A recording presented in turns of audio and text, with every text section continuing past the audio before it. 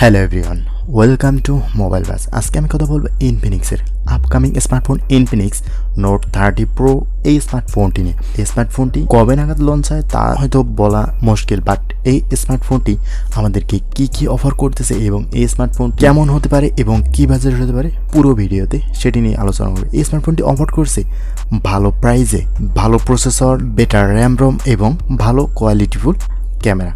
তো কথা আমার এই ভিডিওটি শুরু করা। প্রথমে যদি এই স্মার্টফোনটির ডিসপ্লে নিয়ে কথা বলি তাহলে অসাধারণ একটি ডিজাইন থাকছে এই স্মার্টফোনটিতে। পুরো বক্সি টিপের ডিজাইনের সাথে ব্যাক মডিউলের ক্যামেরা ডিজাইন অসাধারণ থাকছে, দেখতে বেশ সুন্দরই লাগে। একেবারেই চেঞ্জিং ডিজাইন থাকছে ফোনটির ব্যাক প্যানেল। গ্লাসের সেটআপ যেটি দেখতে বেশ প্রিমিয়াম এবং গুড লুকিং এর হয়ে থাকে।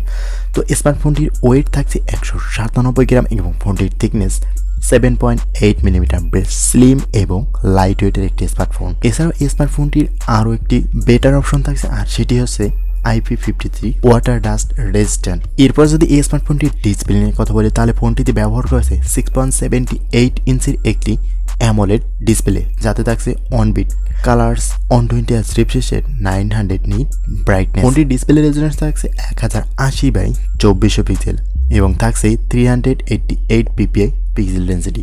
ওভারঅল ফোনটির ডিসপ্লে বড় সড়ো এবং অ্যামোলেড ডিসপ্লে হতে 120 রিফ্রেশের থাকাতে বেশ স্মুথ একটি ডিসপ্লে পাওয়া যাবে। ভিডিও কন্টেন্ট এবং ভিডিও দেখার ক্ষেত্রে বেশ ভালো সাপোর্ট পাওয়া যাবে। তো ওভারঅল ডিসপ্লের দিক থেকে বেটার থাকছে স্মার্টফোনটি। এরপরে এসে স্মার্টফোনটির ক্যামেরা সেকশনে ফোনটিতে ব্যবহার করা হয়েছে 108 মেগাপিক্সেলের মেইন ক্যামেরার সাথে দেওয়া হয়েছে একটি 2 মেগাপিক্সেলের ডেপথ সেন্সর এবং একটি কিউভিজে ক্যামেরা। ফোনটির ব্যাক ক্যামেরা দিয়ে ভিডিও রেকর্ড করা যাবে 1080p 30 fps রেজুলেশনে। থাকছে ফোনটির ফ্রন্ট ফেসিং ক্যামেরায় 32 মেগাপিক্সেলের সেলফি শুটার। ওভারঅল ক্যামেরা নিয়ে বেশ সন্তুষ্ট থাকা যায়, বেশ ভালো ক্যামেরা প্রদান করেছে এই স্মার্টফোনটি 30,000 টাকার আশেপাশে এই স্মার্টফোন হিসেবে। এরপরে সেই স্মার্টফোনটি পারফরমেন্স সেকশনে, যেটি দিয়ে বেশ ভালো হাইলাইটিং ফিচার্স থাকছে। ফোনটিতে ব্যবহার করা হয়েছে মিডিয়াটেক হিলিও G99 এর একটি 6 ন্যানোমিটার প্রসেসর, যাতে সিপিইউ হিসেবে থাকছে 2.2 GHz অক্টাকোর এবং জিপিইউ হিসেবে থাকছে মালিজি 57MC2। আর ফোনটি পাওয়া যাবে একটি মাত্র ভেরিয়েন্ট 8GB 256GB। আর স্মার্টফোনটি রান করবে XOS 13 এর সাথে অ্যান্ড্রয়েড 13। বেশ ভালো প্রসেসর ব্যবহার করা হয়েছে 30,000 টাকার আশেপাশে ফোন হিসেবে, কারণ বর্তমান মার্কেট বিবেচনায় এই প্রসেসর এই বাজেটে বেটার বলা যায়। তো ওভারঅল পারফরমেন্স সেকশনেও বেটার অপশন থাকছে এই স্মার্টফোনটিতে। এরপরে এসে স্মার্টফোনটির পাওয়ার সেকশনে ফোনটিতে ব্যবহার করা হয়েছে 5000 mAh ব্যাটারি এবং বেশ ভালো কোয়ালিটির 68 ওয়াটের একটি ফাস্ট চার্জার, যেটি দিয়ে অনায়াসে দ্রুত চার্জ করার সক্ষমতা রাখছে এই স্মার্টফোনটি। আর সাথে দেওয়া হয়েছে 15 ওয়াটের একটি ওয়্যারলেস চার্জিংয়ের সুবিধা। ওভারঅল ফোনটির ব্যাটারি সেকশনও বেশ পাওয়ারফুল কিছু অফার করেছে।